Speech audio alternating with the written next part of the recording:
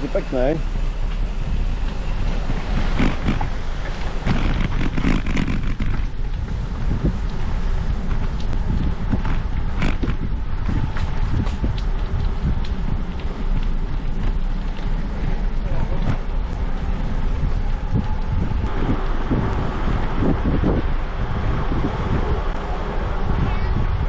Čau.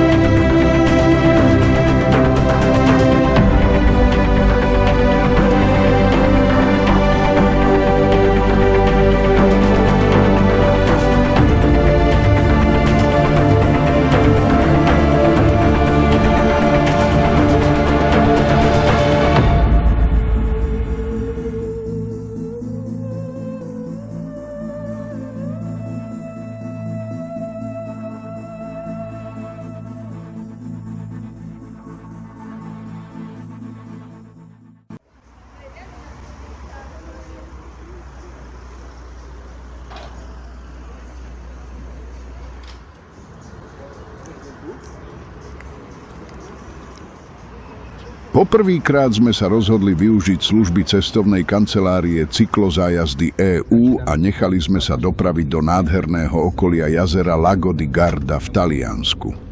Vedúcko Karol nám každý deň naplánoval inú trasu a ubytovanie malo tiež svoje pozitívne stránky. Bazén sme poctivo otestovali a nabrali novú energiu na výlety v okolí. Natáčam!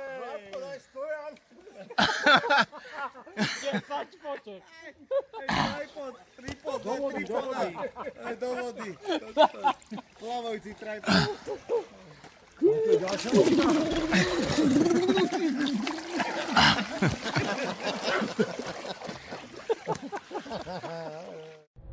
Jeden z najsilnejších zážitkov nás čakal v momente, keď sme nastúpili na unikátnu rotačnú lanovku v Malcesine, ktorá nás vyviezla na vrchol majestátneho masívu Monte Baldo.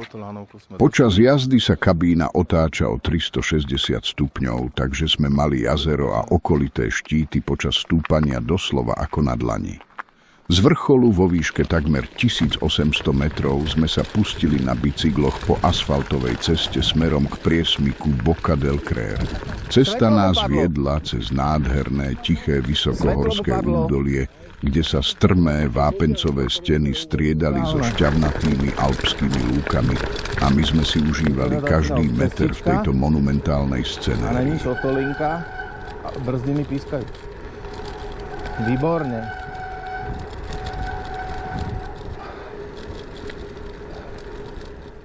Po dosiahnutí sedla pod horou Monte Altissimo sa pred nami otvoril nekonečný a dýchberúci zjazd, ktorý sa zdal byť bez konca a poriadne preveril naše brzdy aj sústredenie.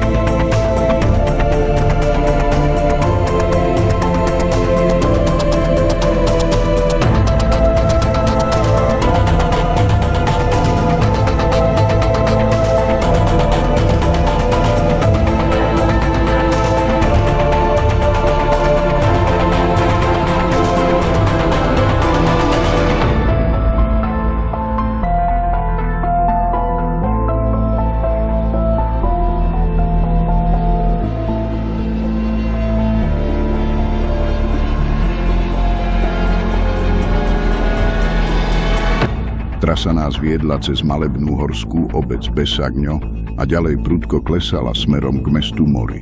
Odtiaľ sme sa cez priesmik pri meste Nago prešmykli poslednými zákrutami až späť k brehom jazera Lago di Garda. Bol to deň plný extrémnych kontrastov, od mrazivého horského vzduchu až po horúce stredomorské podnebie v doline, zakončený čistou eufóriou z rýchlosti a nekonečného klesania.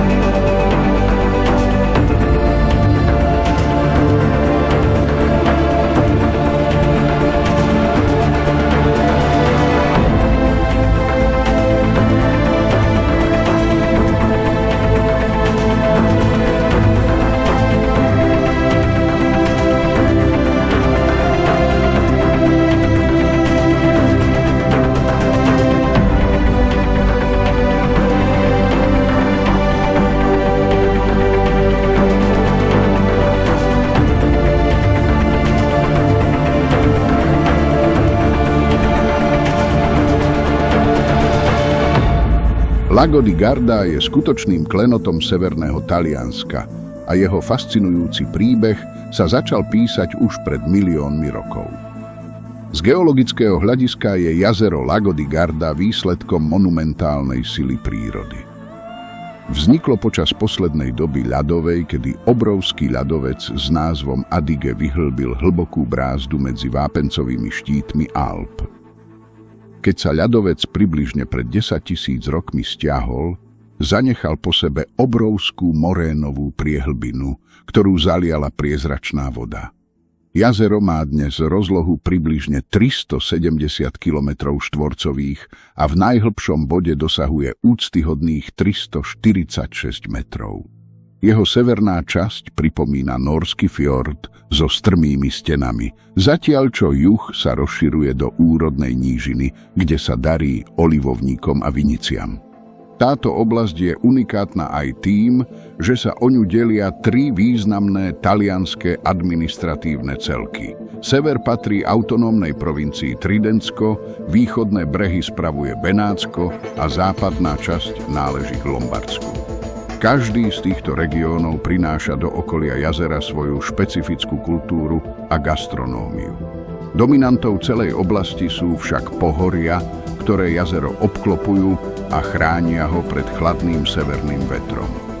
Na východe sa týči majestátny masív Monte Baldo, ktorý je prezývaný záhrada Európy kvôli svojej unikátnej flóre. Dosahuje výšku viac ako 2200 metrov a ponúka tie najkrajšie panoramatické výhľady na celú vodnú hladinu. Západnú stranu zasa lemujú strmé útesy národného parku Parco Alto Garda Bresciano, kde sa cesty doslova zarezávajú do kolmých skál. Vďaka svojmu miernemu mediteránnemu mikroklímatu a dýchberúcej scenérii je Lago di Garda jednou z najnavštevovanejších destinácií v Európe. Ročne túto oblasť navštívi viac ako 22 miliónov turistov, čo z nej robí pulzujúce centrum medzinárodného cestovného ruchu. Napriek obrovskému záujmu si však jazero zachováva svoju čistotu a eleganciu. Mestá ako Riva del Garda, Malcesine či Sirmione lákajú svojou históriou, úzkymi uličkami a typickou talianskou atmosférou, ktorá sa dokonale spája s aktívnym životným štýlom. Pre cyklistov je Lago di Garda doslova zasľúbenou zemou. Ponuka trás je tu neuveriteľne rozmanitá a uspokojí každého od rekreačných jazdcov až po extrémnych vyznávačov horskej cyklistiky. Legendárnou trasou je stará cesta Ponale, ktorá spája Rivu s jazerom Ledro a ponúka neopakovateľné výhľady na modrú hladinu z vtáčej perspektívy. V južnej časti sa môžete vydať na pohodové výlety pomedzi vinohrady oblasti Lugana, zatiaľ čo na severe na vás čakajú náročné stúpania do horských priesmykov. Súčasťou vízie mesta je aj projekt vybudovania cyklotrasy okolo celého jazera, ktorá bude z veľkej časti visieť priamo na útesoch nad vodou. Cyklistika je tu životným štýlom a infraštruktúra vrátane požičovní, servisov a cyklobusov je na tej najvyššej úrovni. Náš pobyt v tejto talianskej rajskej záhrade sa však pomaly chýli ku koncu. Máme za sebou dní plné slnka, strmých stúpaní, rýchlych zjazdov a nezabudnutelných výhľadov, ktoré nám naplánoval náš vedúckokar. Poctivo sme prebrázdili oblasť od severných fjordov až po slnečné pláže juhu. Teraz sa vraciam unavený, ale nesmierne spokojný domov autobusom. Sme plní nových zážitkov a obrazov, ktoré nám v pamäti zostanú ešte dlho.